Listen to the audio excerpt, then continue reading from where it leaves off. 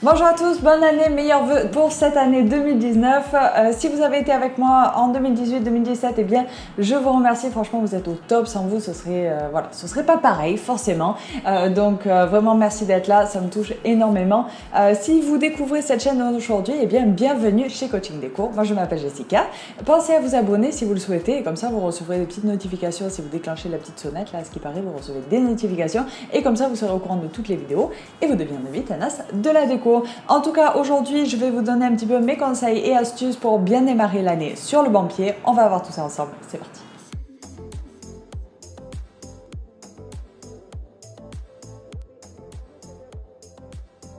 Mon premier conseil, on va tout simplement revoir un petit peu ce qui s'est passé en 2018 pour s'assurer de partir sur de bonnes bases pour 2019. Donc comment est-ce qu'on va faire? Eh bien tout simplement, on va revoir un petit peu nos attentes pour 2018, les objectifs de début d'année. Souvent, c'est les bonnes résolutions du mois de janvier qui ont tendance un petit peu à passer à la trappe. Donc, est-ce qu'ils sont passés à la trappe? Est-ce qu'il y a des choses qu'on ne pourrait pas corriger en 2019? Est-ce qu'il n'y a pas des objectifs de l'année dernière qui sont un petit peu loufoques, un petit peu haut là, qui, bon, ben, ça allait jamais être réalisé dans tous les cas, donc on va les oublier pour 2019? Ou bien est-ce que c'est plutôt des objectifs qui vous tiennent réellement à cœur, comme par exemple refaire votre nouvelle cuisine et que vous pourrez mieux organiser cette année pour enfin pouvoir jouir de la cuisine de vos rêves? Donc, revoyez un petit peu tous vos objectifs comme ça. Voyez si éventuellement vous avez fait des travaux cette année. Est-ce que vous avez été dans les temps? Est-ce que vous avez terminé vos travaux ou non? Est-ce que vous avez laissé tomber votre projet en cours de route ou bien peut-être même avant que ça ait commencé?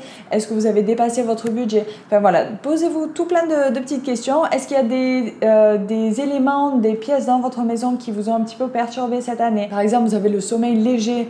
Ça peut être tout simplement de changer les rideaux parce qu'ils ne sont pas occultants et du coup vous avez été réveillé un petit peu de mauvais poil tous les matins avec ce petit rayon de soleil qui vient vous casser les pieds. Donc revoyez un petit peu tout ce qui s'est passé en 2018 et faites une petite liste des améliorations pour 2019. La deuxième étape, je vous propose de faire un brainstorming vraiment large pour voir un petit peu vos envies pour 2019. Donc n'hésitez pas à partir loin. Si votre idée vous paraît vraiment infaisable et un petit peu bizarre, n'hésitez pas à la noter. Vous pourrez toujours revenir dessus et puis l'améliorer, la modifier un petit peu plus tard et pourquoi pas en faire un plan concret pour accéder tout simplement à vos rêves. Donc vraiment faites de 2019 la bonne année pour vous. L'année, enfin, il faut que chaque année soit meilleure que la précédente. Donc voilà, c'est un bon moyen de faire de 2019 une super année. C'est tout simplement de lister vos envies pour 2019, tous les besoins, toutes les petites choses qui ont manqué en 2018, vous pouvez les rajouter à cette liste, mais n'hésitez pas voilà, à vous évader un petit peu et pourquoi pas choisir une couleur ou un thème ou quelque chose comme ça pour cette année. Si vous avez une envie de voyage par exemple, vous pouvez partir sur un thème exotique, enfin vraiment libre à vous. Notez tout ça et puis ensuite vous pourrez rendre cette liste beaucoup plus concrète pour en faire tout simplement d'un rêve une réalité. La troisième étape, eh bien, à un moment ou à un autre, il va falloir parler argent. Donc, ça va être cette étape-ci. On va tout simplement planifier le budget pour pouvoir mener à bien tous vos projets en 2019.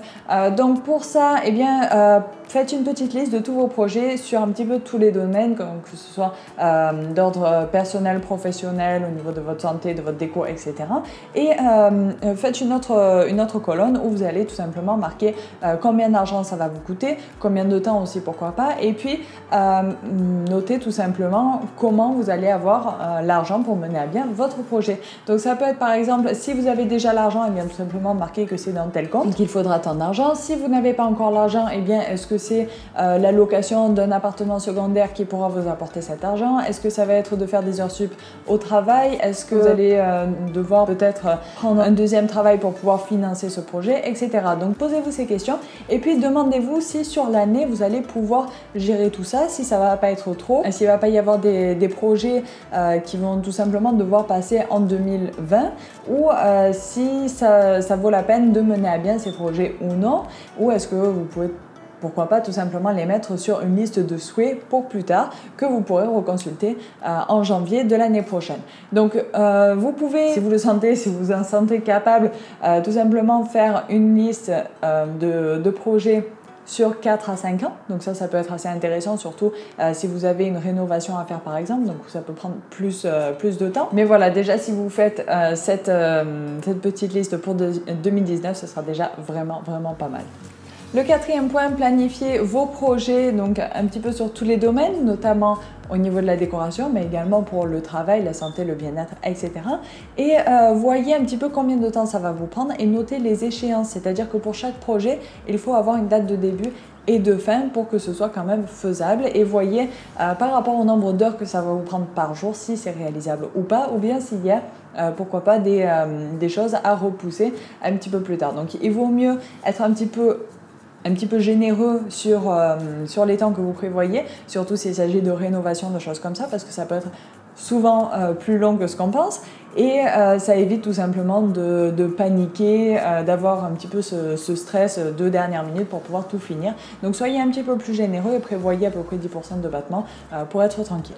Et enfin, la dernière étape, la numéro 5, prévoyez du temps pour vous. Et oui, maintenant que vous avez planifié tous ces petits projets pour votre intérieur, pour votre travail, pour votre famille, et bien planifiez aussi du temps pour vous, du temps tout simplement pour profiter de votre intérieur, de votre belle déco, de votre nouvelle vie, de votre nouveau vous tout simplement en 2019. Et pour éviter de saturer, de faire un burn-out, c'est important d'avoir du temps de repos. Donc assurez-vous d'avoir suffisamment de sommeil tous les soirs, d'heures de sommeil, et prévoyez des journées où vous pourrez tout simplement rester chez vous et bouquiner. Donc c'est vrai qu'on a très souvent tendance à penser que c'est pas possible, qu'on n'a pas assez d'heures dans la journée, mais si on s'organise bien, eh bien on peut rentrer quelques petites journées par-ci par-là où on peut tout simplement rester chez soi, bouquiner un peu, pourquoi pas prendre un bon bain et profiter tout simplement de sa belle déco. C'est important aussi. Et voilà, c'est tout pour aujourd'hui. J'espère que ça vous a plu. Si c'est le cas, laissez-moi un petit pouce bleu. Si vous voulez voir d'autres vidéos dans ce type-là, surtout n'hésitez pas à me le dire dans les commentaires, ou tout simplement à me laisser vos suggestions en bas de cette vidéo. Voilà, posez-moi vos questions si vous en avez. En ce moment, j'essaye, donc en fin 2018, j'ai essayé de poster 2 vidéos par semaine.